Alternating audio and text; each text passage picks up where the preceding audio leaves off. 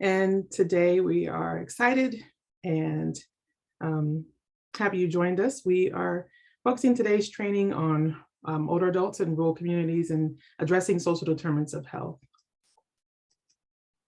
So some logistics as you all enter our session and get settled. Please keep yourselves on mute during the presentation. If you have questions, please feel free to put them in the chat. We will be collecting those, and we will have an opportunity at the end of the training for you to engage with our presenters and come off mute and ask your question, or again, you can put it in the chat and we will flag it to post to the presenters at the end. So I first want to introduce myself. My name is Karan Phillips. I am the Policy Development Manager at Trust for America's Health. I am joined along with my colleague, Megan Wolf, Senior Policy Development Manager also at TIFA. TIFA is an independent, nonpartisan public health and prevention-focused organization, and our core priority is advancing evidence-based policy and advocacy with a focus on equity. We are poised to improve the health of everyone in the community, and we are really focused on making disease prevention a national priority. TIFA publishes several reports, including reports such as The Pain in the Nation and Impact of Chronic Understanding of America's Public Health System. So we're very invested in sharing public health and prevention efforts. So today's presentation is about rural communities and, again, addressing social determinants of health in rural communities.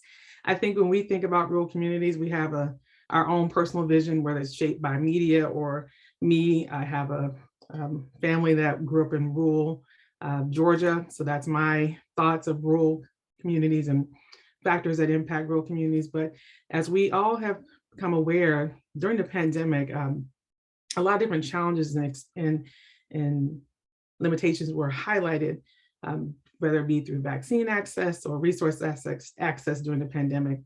But we have seen some examples of where there have been unique ways to address some of the challenges we've seen in rural communities. But we thought this training was important to highlight the landscape of what is happening in rural communities and how public health can be a part and support and address some of these challenges around social determinants of health. So without further delay, happy to introduce today's speakers. First, we'll have Dr. Aaron Guest, who's an assistant professor at Arizona State University. You may, if you attended any of our previous trainings, you may recognize him from our training in March earlier this year. And then we're pleased to have Ryan Kelly, who is the executive director of the Mississippi Rural Health Association. And they both will provide context on how they define rural health and rural communities. And they both will share insights on social determinants of health. So I will turn the mic over to them. We'll start with Aaron. Great, thank you so much. So great to be here again with you, discussing rural aging and the social determinants of health. So I grew up in a rural community. I have spent a lot of my time working in rural communities, particularly with sexual and gender minority individuals. So I'm excited to be here and to talk with you about this and answer any questions. Next slide. So you already know who I am, so we'll skip this, but I'm at Arizona State University now within our Center for Innovation in Healthy and Resilient Aging. Next slide. And so really through this presentation is going to be somewhat of a quick overview just to kind of help set the stage, and I look forward to learning from Ryan as well about some of the exciting things going on the ground. But as we've talked about, the social determinants of health are really the conditions in which people are born, grow, work, live, and age, and kind of the wider focus and system shaping the conditions of everyday life. And rural actually fits into this in a lot of ways because people may be born and grow in a rural community. They may drive from urban communities to work in rural communities. They may move from urban or suburban communities into rural communities. So when we think about rural populations and we think about the people who are aging and experiencing rural environments, it's important to know it's not just people who have been born there. It's people who are, even with the challenges of outmigration, people are still moving into rural communities. People are still working in rural communities. And we have to think about what this means in terms of how people are, how people are being exposed to some of the determinants of health in those communities and otherwise. We know that, oh, there, you can go, Derek board, yeah. We know that geographic location can influence inequalities, and we see this as we compare things, both globally, looking at countries with poor sustainability practices compared to those with higher sustainability practices, individuals who live in urban environments compared to individuals who live in suburban environments, a host of features, and that all environments, just because they may have the same classification as rural or urban, don't necessarily have the same inequities that are being exposed or people being exposed to in these environments. So I have done a lot of my original work in Appalachia, in Central Appalachia, and the things people are exposed to there in the forms of coal dust, challenges from the mining community, from the other extraction industries, are very different than the challenges, populations face where I grew up in South Carolina and Georgia, which may have been more related to pesticides and exposure to farming chemicals. Next slide. To provide somewhat of an overview of the population, I think population is also important because it's great for us to know, who are we talking about? Or, a lot of people think of rural communities, there's no one living there, we all live in these great cities now, and that's just not the reality. We know that about 20% of our population lives in a rural or non-metropolitan area, although about 85% of the land in the United States is actually classified as rural. So we have a lot of people and they're spread out in these communities. But we also know that this image of kind of, the white only farmer or the white only rural community also isn't true. That 1 in 5 rural residents identify as Black, Hispanic, Asian, Pacific Islander, Asian American, Indian, Alaska Native, are mixed race. We also know, for example, that based on our best estimates, about 3.2 million LGBTQ individuals actually live in rural communities. And so the rural communities have the diversity and the differences that exist anywhere. Next slide. So I'm not, I've done it a lot already. I'm not a fan of comparing rural to urban communities because we're really kind of comparing apples and oranges. But for most of us, that is the best way for us to kind of understand some of the differences that exist because we really don't have too many other touch points. If we look at what we know about rural communities, we know that they have a larger percentage of older adults over the age of 65, 19% versus 15%. And this has actually gone up. In the 2010 census, it was about 16.5, 17.5, and we've gone up to 19% of the population over age 65, in part because people are aging in place. We know that rural communities tend to have a higher poverty rate and have a lower per capita income than their urban counties. We also know that there's a higher prevalence of older adults with multiple chronic health conditions. These include arthritis, diabetes, cardiovascular disease, etc. And unfortunately, we know that age-adjusted death rates in rural communities have gone from being 7% higher than urban areas in 1999 to being over 20% higher than urban areas in 2019. So unfortunately, we continue to see the inequities growing between urban and rural communities. Next, you can skip 2 slides. So we'll talk a little bit about, when we talk about rural environments, we have to ask ourselves, what do we mean by rural environments? And I'm sure Ryan will cover this as well, I'm sure. But we all kind of, as we were talking about, we all picture something different when we talk about rural environments. For me, growing up, I would have never considered where I lived to be rural. It was only afterwards that I kind of found myself in this field and was looking at counties. I discovered, oh, wow, what I thought was actually suburban was rural by the classifications. In fact, once I got to Kentucky and began working in Appalachia and Appalachian studies, I discovered I grew up in Appalachia in South Carolina. No idea. So part of this is the challenge of how we classify things, but also how things present themselves, because in my case, the county didn't want to be seen as rural because it wanted to attract business. Next slide. There are three major definitions that we find ourselves using in the United States. The first definition is by the Census Bureau, and the Census Bureau does not actually define rural. Rural basically encompasses all populations, housing, territories included that are not in an urban area. So basically, whatever is not classified as urban ends up being rural. And when you look at this definition, about 19% of the US population lives in a rural environment. If we look at the Office of Budget Management, the Office of Budget Management uses a bit of a different one. It uses metropolitan, micropolitan, or neither. And people often assume that micropolitan are the rural communities, but while they're considered non-metropolitan, they also at times can have urban kind of aspects. And so that's why you see the difference there, that, even though it's all non-metropolitan areas that the Office of Budget Management uses, it still gives us about 15% of the population living in rural environments. And then finally, there's the RUCA, the Rural Urban Continuum Codes. I about said RUCA codes, which are another set. But really, these classifications contain two levels, and it classifies counties, census and zip codes tracts along a scale of 1 to 10. And looking at this, basically anything that is 4 and above becomes classified as rural. Anything 6 and above is, very rural, and basically it's not connected to what we would call an urban or suburban county. We have to keep in mind that non-metro is not necessarily synonymous with rural.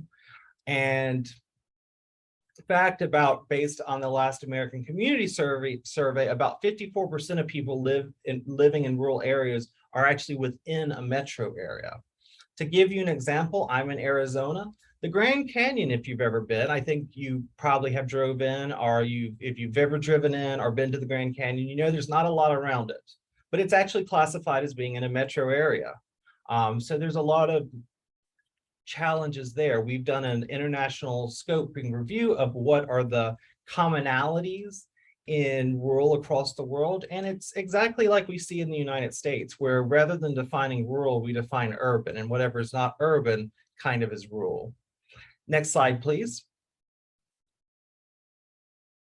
The one that you're probably most familiar with, and the one that a lot of us use, is the Federal Office of Rural Health Policy, or HRSA's definition, which is about as wide of a definition as you can have, and that's for some funding reasons. And this includes all non-metro counties, all metro counties, census tracts with RUGA codes 4 through 10, and large area metro census tracts of at least 400 square miles that have low population density.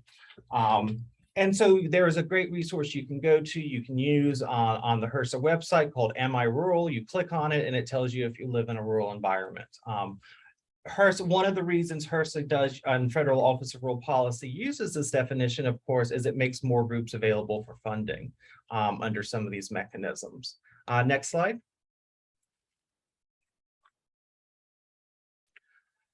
So, we don't want to always focus on the negative, but it is important to know what the overall trend rates we see in rural communities are. We see higher rates of cigarette smoking, we see higher rates of blood pressure, obesity, poverty, poor blood pressure, lower rates of physical activity, less access to healthcare, and they're less likely to have insurance. We also have discussed the fact that there's lower educational attainment, which often leads to lower socioeconomic status, and that if during 2019 Pew study, we saw that rural Americans live an average about 10.5 miles from their nearest hospital, and we can compare that with 5.6 miles for suburban or 4.4 for urban. To give you an idea what that translates into, that means people who live in rural communities live on average 17 minutes away, but the range was actually 17 up to 42 minutes away, because it can actually take a while to go 10 miles in a rural community. For example, if you're going down a mountain, up a mountain, or over a mountain.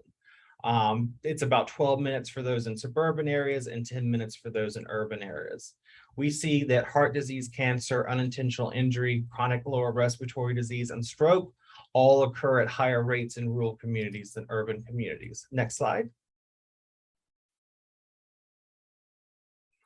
We also see that on average, rural communities tend to report lower life expectancy. There's about a 35, 30, if we look at it, there's about a 35-year difference or gap between the lowest and highest life expectancies among all counties in the United States. We also know that while this is happening from 2008 to 2018, over 450 nursing homes closed in rural counties, and that also about 10% as of right now, non-metropolitan counties or rural counties had no nursing home. And we can compare this to only about to 3.7 of the metropolitan counties having no nursing home. And I'm sure Ryan's going to talk about this, so I don't want to steal his thunder, but I'll just mention that in an 11-year period, we've also had 138 rural hospitals closed, which means even though people may have had access to services, they no longer do. Next slide.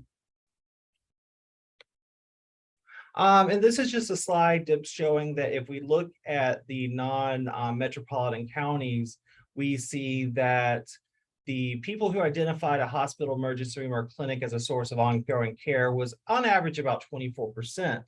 But if we compare this to rural and areas, the percentage of people who reported using that as their primary kind of care clinic was 42.4% in rural communities, compared to about 17% in urban communities. So we're facing some challenges in rural communities. That being said, rural communities are resilient. Next slide.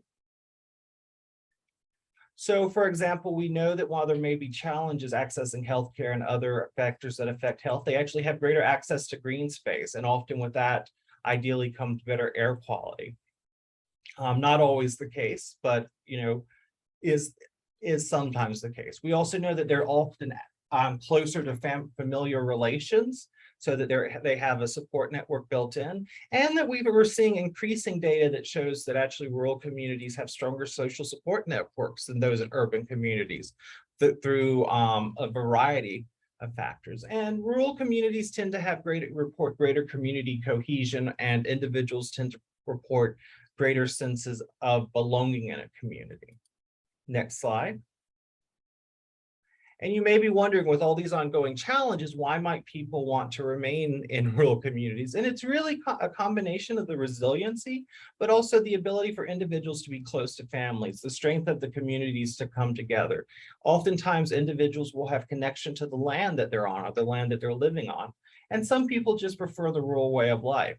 Personally, I've learned about myself that I actually like being in a city. If I have to drive more than like 10 minutes to Target, that's kind of going to ruin my day. But my parents are very different, and they have moved to the middle of nowhere, and I just went to see them, and it took me an hour and a half to get there from the airport. So we all, everyone likes different things.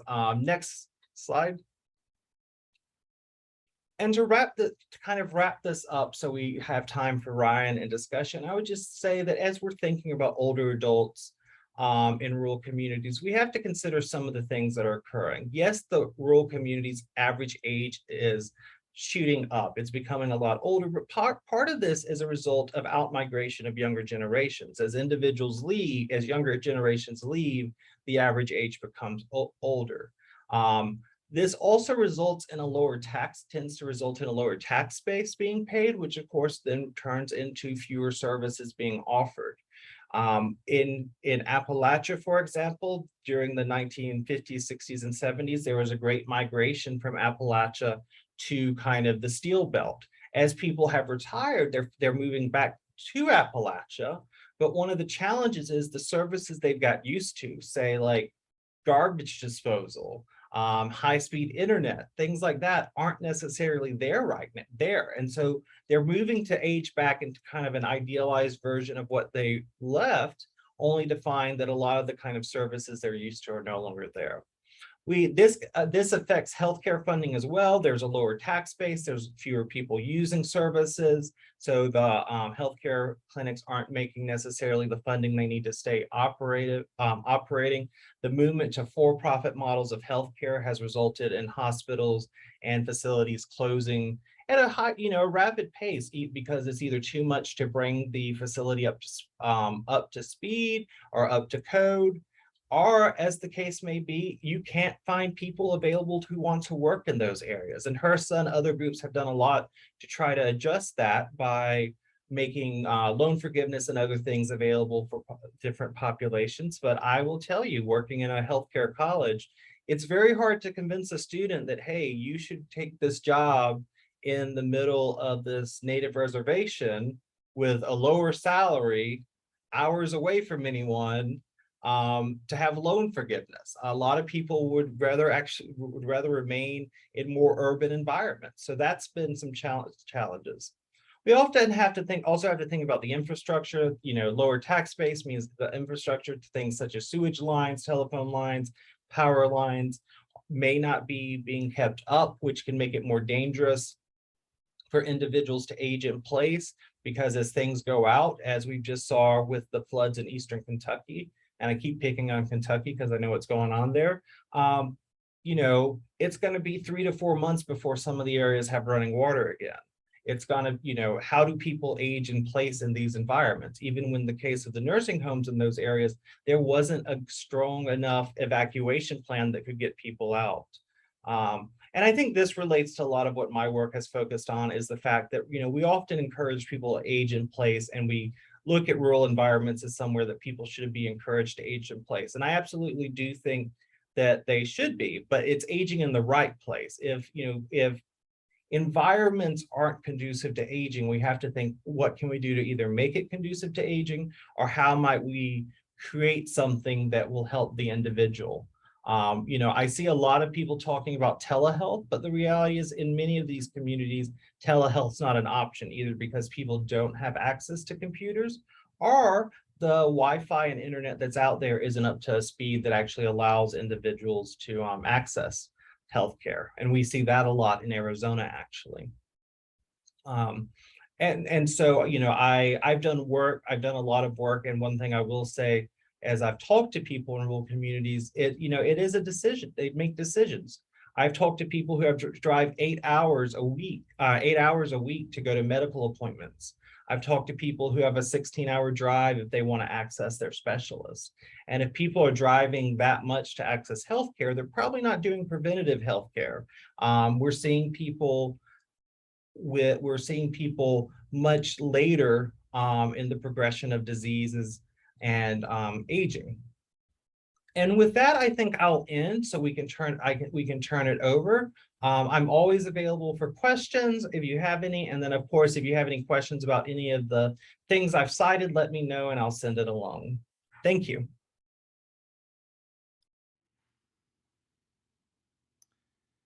Great, everyone. Well, thank you for having me on. My name is Ryan Kelly. As was said earlier, I'm the Executive Director of the Mississippi Rural Health Association. I also want to point out, since I know there's many on throughout the entire nation, I also am the Executive Director of the Alabama Rural Health Association, and work in administration with the Arkansas Rural Health Association, and actually am a partner and assistant with the Arizona Rural Health Association. So, Aaron, I'm actually kind of in your backyard in some ways right now. And so rural health is definitely near and dear to my heart. I am a born and raised Mississippian, but have been throughout our country and beyond, and have seen the issues that affects rural health all across, and many of these are the same. So I'm going to talk about rural. Obviously, there's the difference in rural and frontier.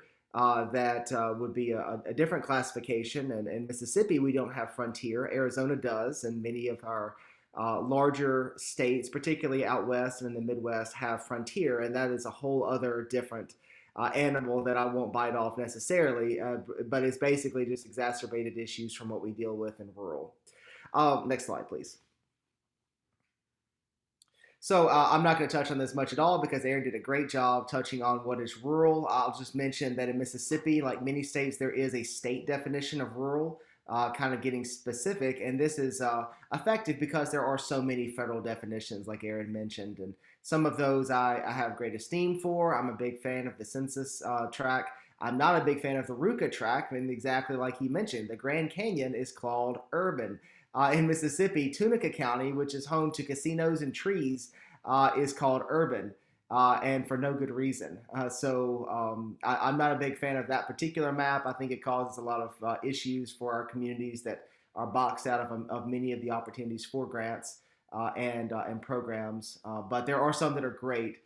Mississippi has a definition here, particularly for our state, a county that has a population of less than 50,000 individuals, or an area that has less than 500 individuals per square mile, or a municipality that has less than 15,000 individuals. So it gives you the county, the area, and the municipality breakdown.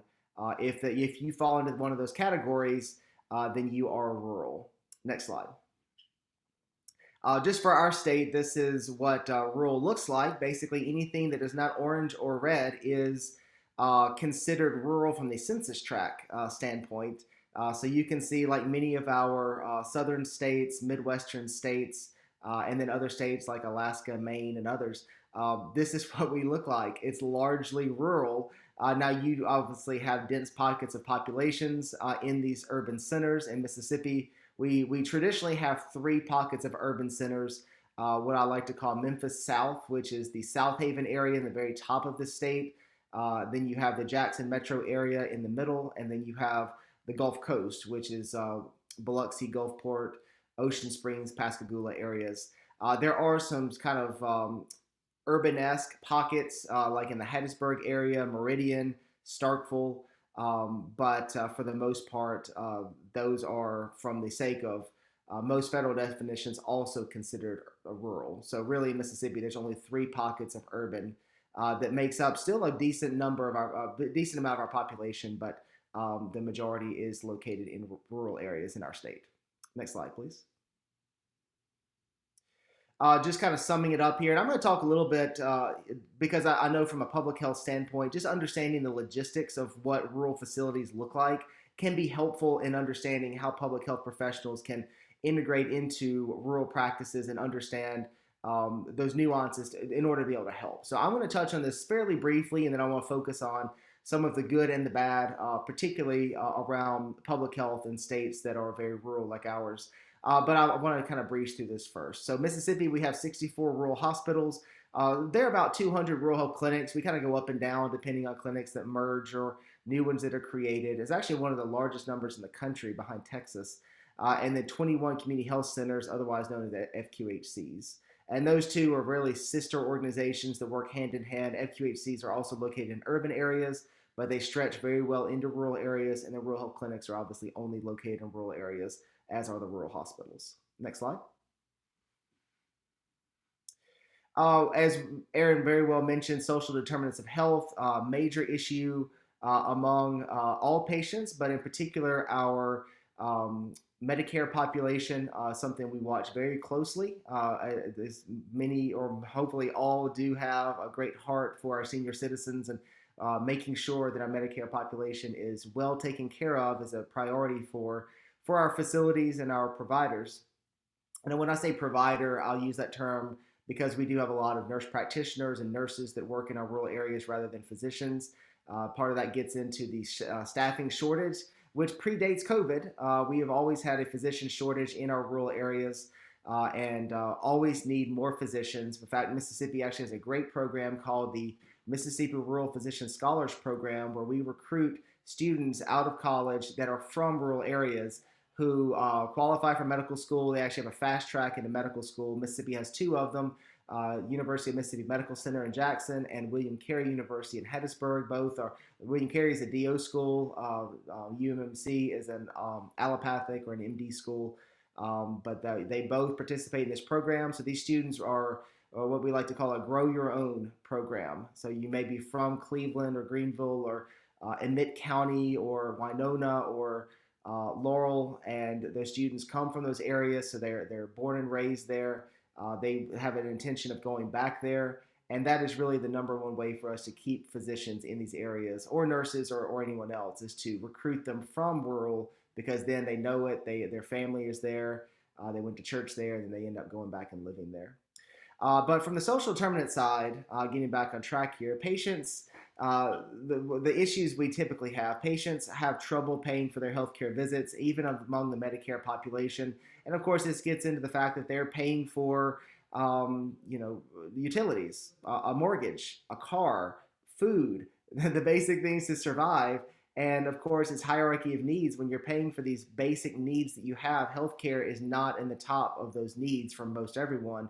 And so, as Aaron mentioned, you get deferred care. They're not going in for wellness visits. Part of that is logistics. Limited transportation is a huge problem. But then there's just actually paying for it in those cases that you do have to pay for it. It can be very, very difficult. And so follow-up care and wellness exams or prevention is very limited. And therefore, the conditions when someone does go in are typically exacerbated because of that, regardless of what it is. Exercise. This is one of those issues that sometimes in urban areas we take for granted, that there is a gym or there is a safe neighborhood to go walk. Crime is not necessarily a problem in many of our rural areas, not all, but many. But having a safe place with lights to go and walk.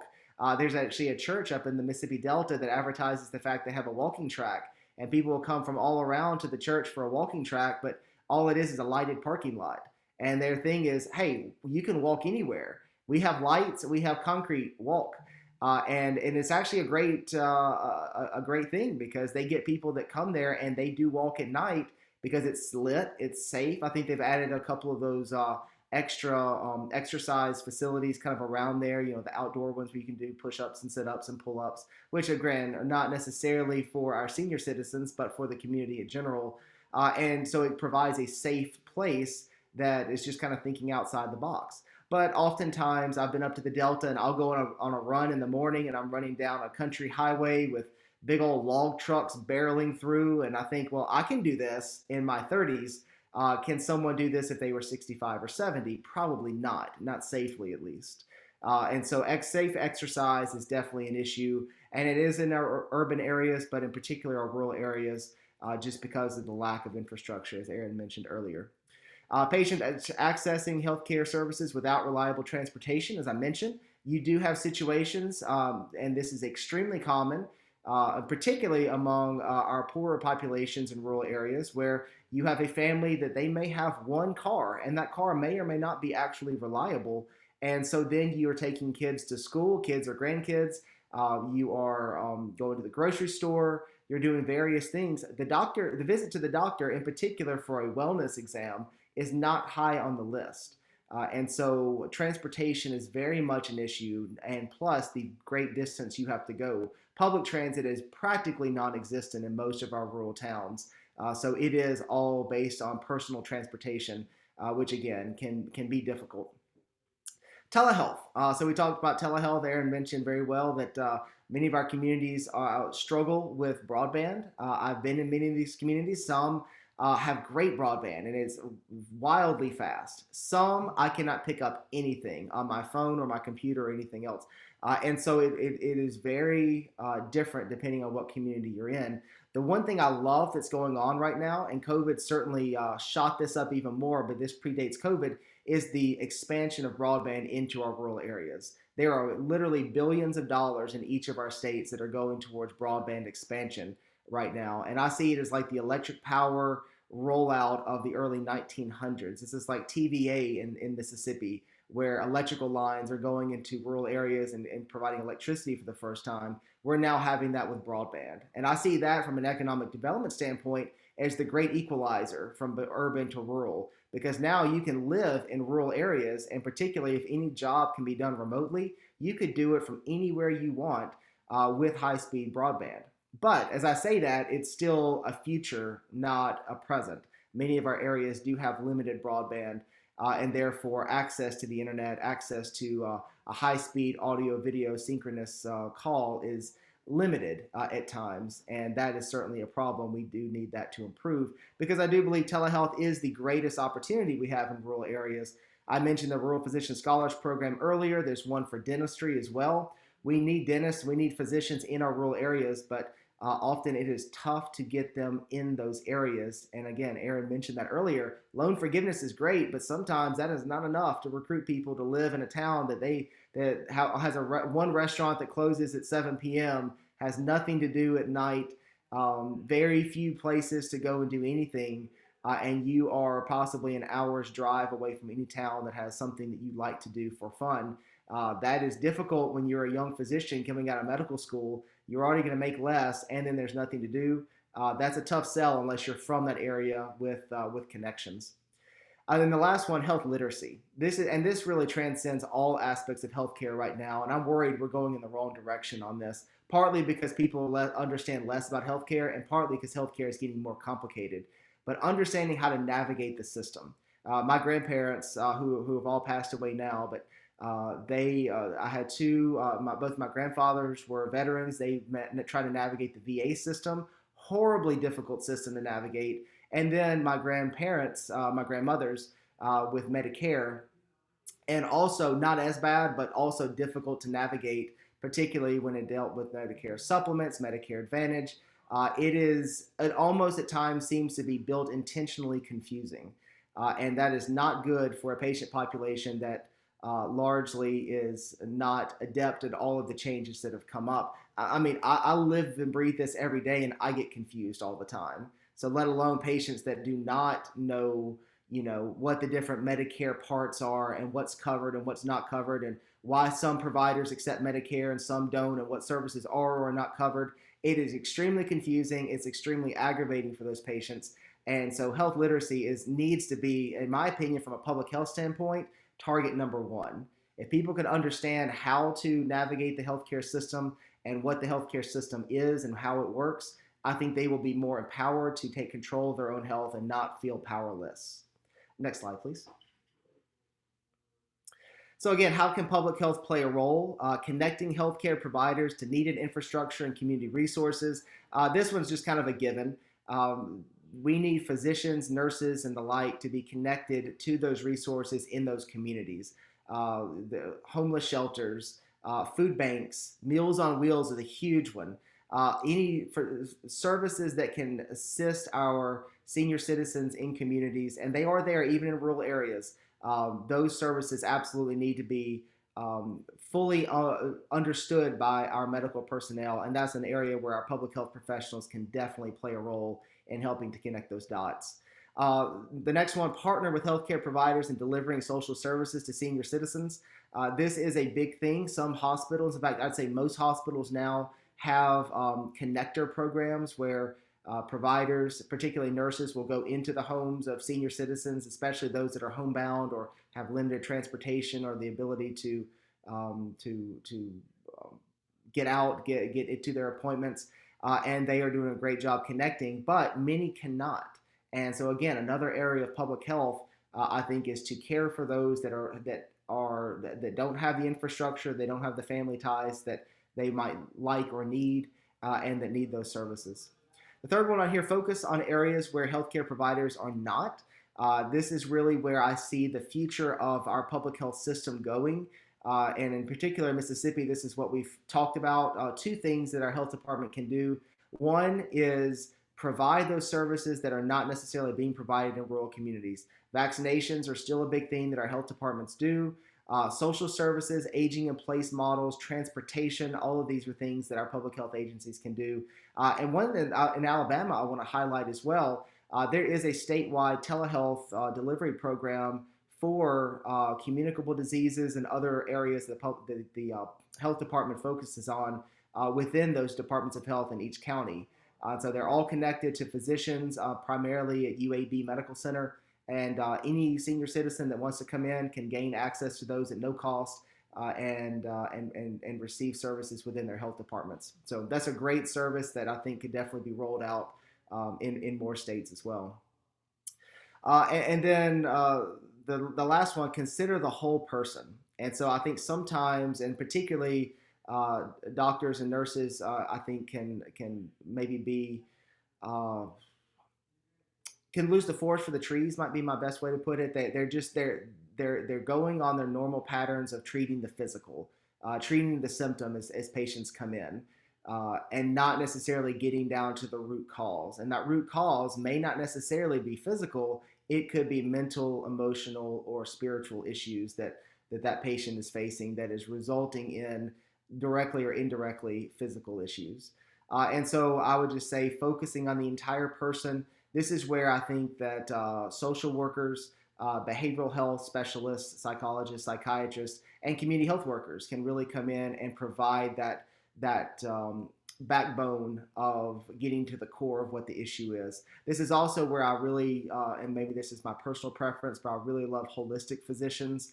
And that's not necessarily just osteopathic medical physicians, although that is their training, but allopathic do this as well. Nurses are really great at doing this, trying to get down to the root cause of the issue.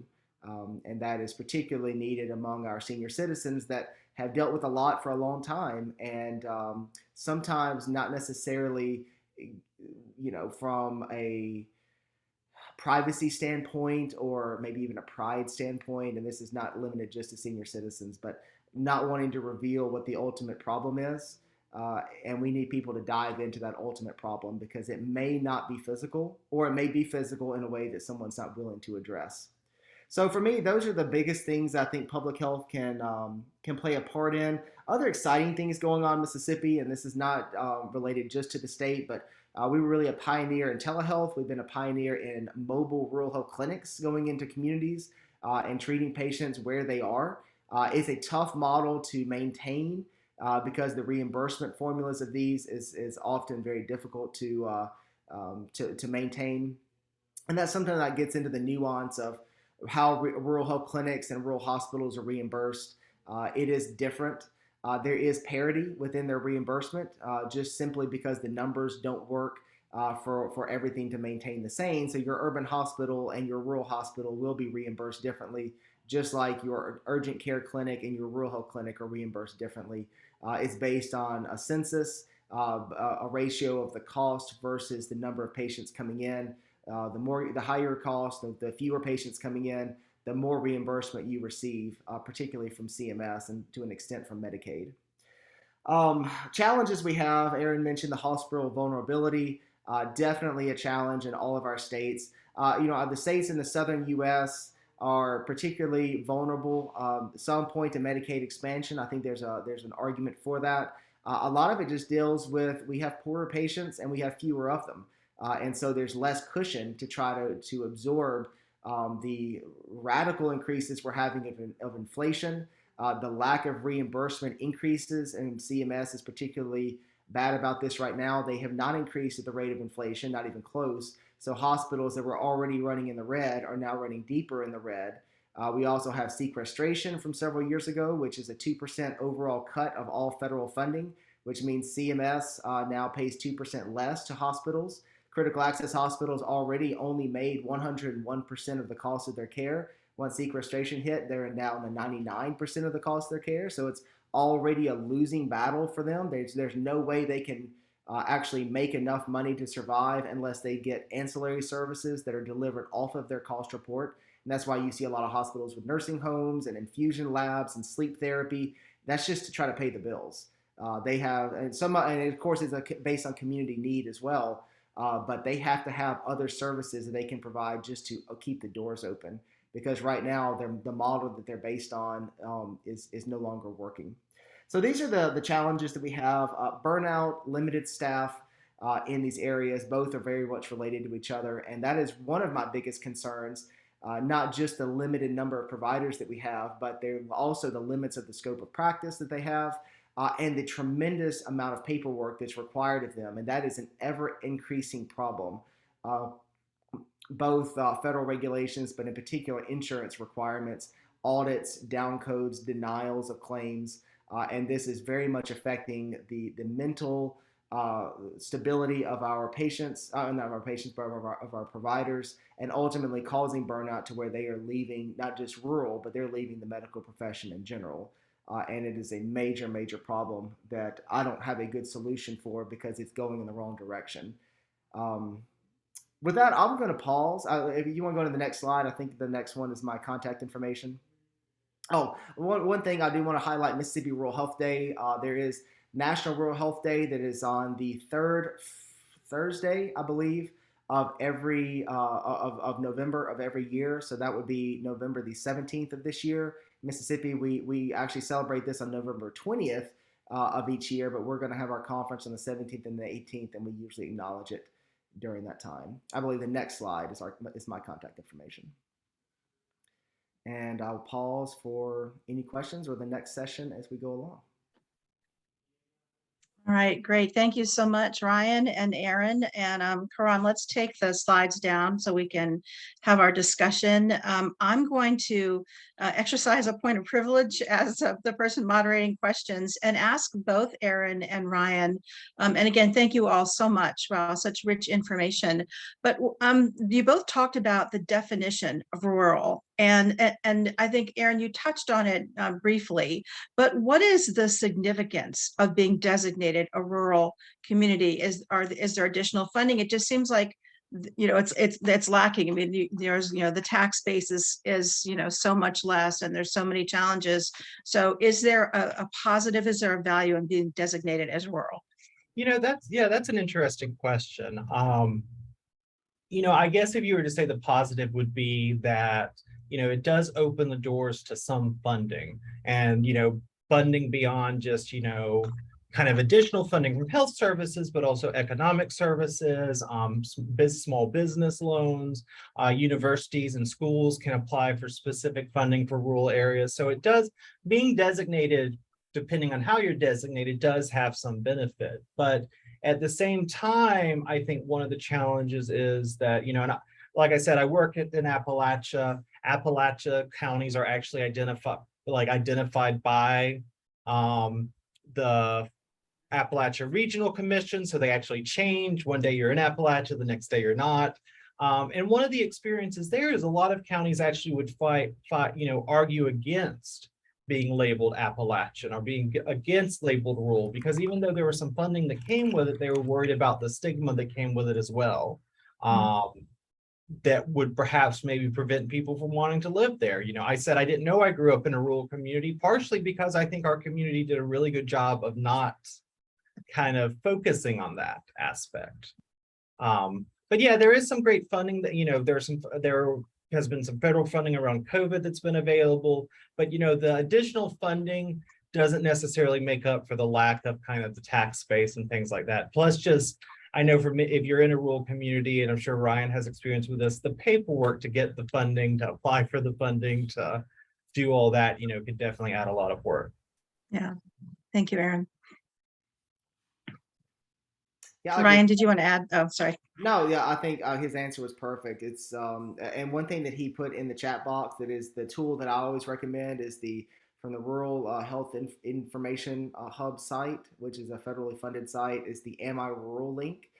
So if anyone ever has a question of whether they are rural, there's some areas that might actually be surprisingly urban or rural that you might not think. So entering the address of that location can pull open, and then there's the different criteria of rural. So for my sake, between hospitals and clinics, those different definitions will allow someone to know whether they are available for rural health clinic status or critical access hospital status, or whether they can apply for certain grants. So that's a really good tool. Thank you, Aaron, for including that in the chat box. Great, thank you both. And so I want to open this up to questions from participants here. And while you're thinking of your questions or building up the nerve to come off of mute and ask your question, I just want to let everyone know that the recording of this training, the link to the recording, as well as the slides, as well as all the links that have been shared in the chat, will be sent out within a few days to all who have registered for the training. And as always, all of our trainings will be available through our website on TIFA's YouTube channel. So stay tuned for that. So any questions from the audience here?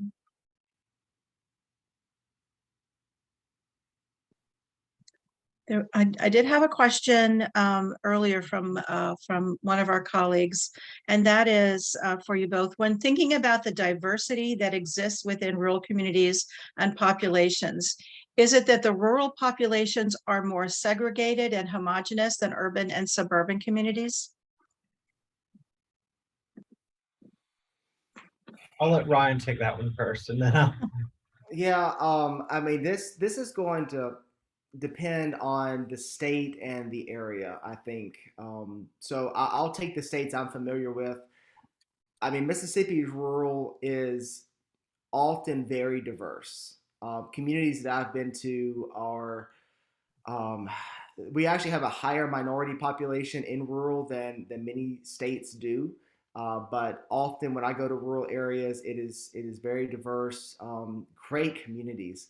Um, but when it comes to healthcare outcomes, you don't necessarily see a homogenized population as much as you see a homogenized culture, and Mm. unfortunately, it's related a lot to bad food.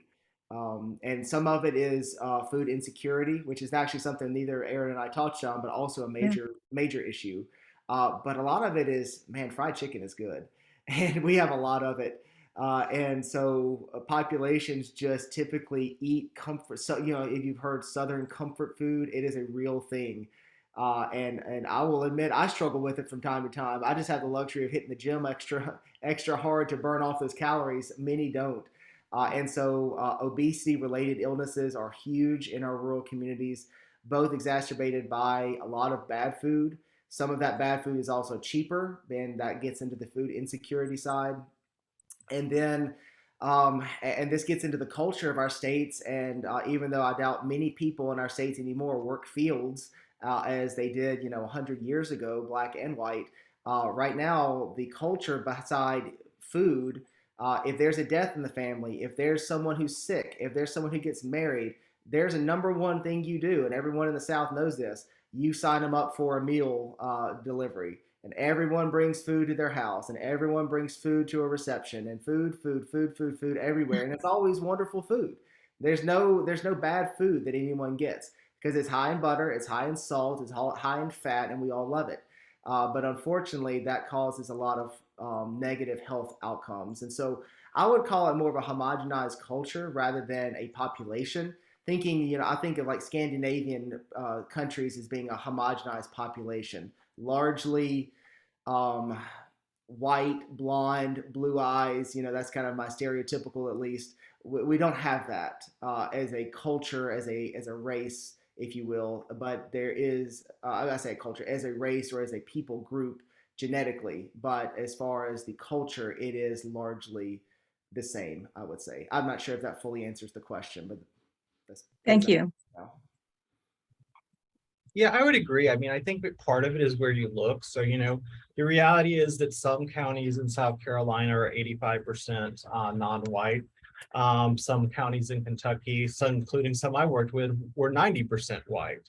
I think the diversity in rural communities is something we don't consider enough because unlike urban communities, you don't have a bunch of people together at one place where you can kind of see the community. You have to drive around, you have to go to places, and obviously wherever you go, it's going to influence who you see. I think so. Part of it is what part of the country you're in, where it's at. I think some parts of diversity, like LGBTQ, people tend to keep it, hidden, unfortunately, and still in rural communities. So you wouldn't necessarily know that unless they told you. And I think part of it too is this kind of idea of a homogenous rural community comes from like perceptions of what it means to be rural. Most people in rural communities don't work in farm. Most of our food doesn't come from rural farms anymore. It comes from massive agricultural farms. And the industries that are in rural communities have changed a lot. And so it's less farming, more industry, more car manufacturing, more wheel manufacturing, more truck drivers, things like that you don't necessarily think about when you think about rural communities. Yeah, great. One thing I might add to that, you kind of inspired me here, Aaron, for a second. So you do have some rural communities where there's been a big history of, there are 3 or 4 generations or more that have been from that community. And the community may have been built on farming, or it may have been built on one industrial plant that was there. And then, like Aaron said, there is very, very little personal farming anymore, which I think is sad. I really think needs to change. But then, that's dried up. The industry may have closed, the business closed, but those families feel that connection and they don't want to leave. That's actually one of our greatest challenges, I think, is the population dynamics. Those communities that do want to stay actually do become homogenized because there's usually maybe a few families or so, sometimes the same family that might stay. And so then they not only is it a culture, but it is a people that becomes more stable, and then there is a homogenized population. So that does happen from time to time, and I can name a few in Mississippi, I won't right now, that have become that. Small communities, very tight-knit communities based on the history of populations that were there, and some left, and then those groups have stayed. Well, fascinating discussion and information here. I have one of the last questions. There are a couple other questions which I may send to you all to answer and that we can share with the group. But someone asked about tribal lands and reservations, and I know that neither of you have talked about the Native American and tribes and tribal nations. The question is, are they called out separately in any of the health data? But I wonder if there are additional challenges with regard to rural health for Native Americans and tribal nations. Yeah, absolutely. I mean, a lot of the data is included. You can access it called out through things like the Native American Indian Epidemiology Council. They have a lot of great data there.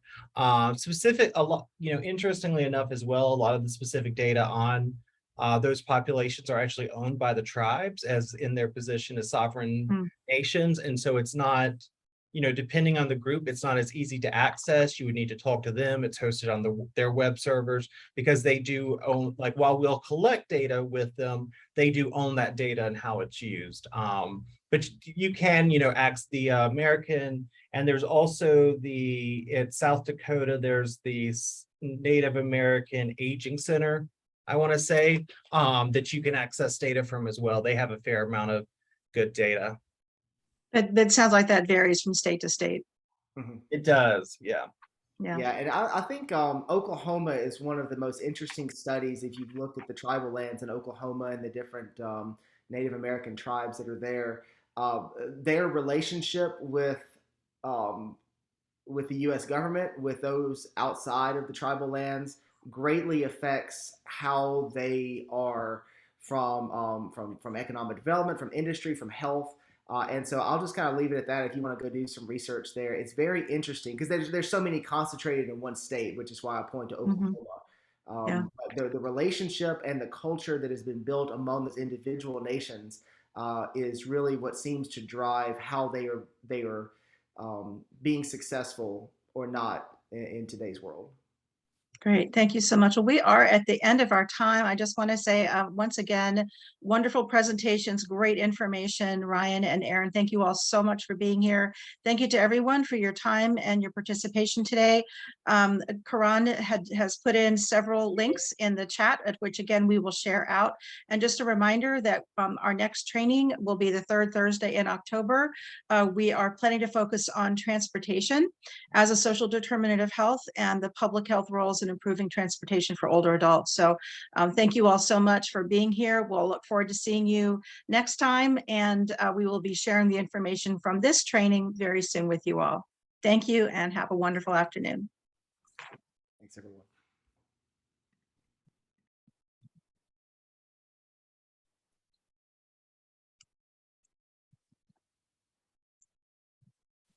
And to close this out, if you are viewing this recording, please pause right now to indicate that you've attended this training by navigating to the link below. Again, pause the computers.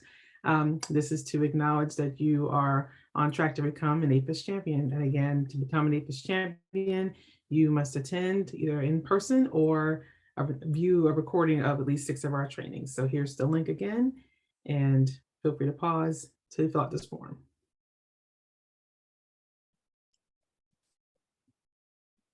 And thank you for attending our training.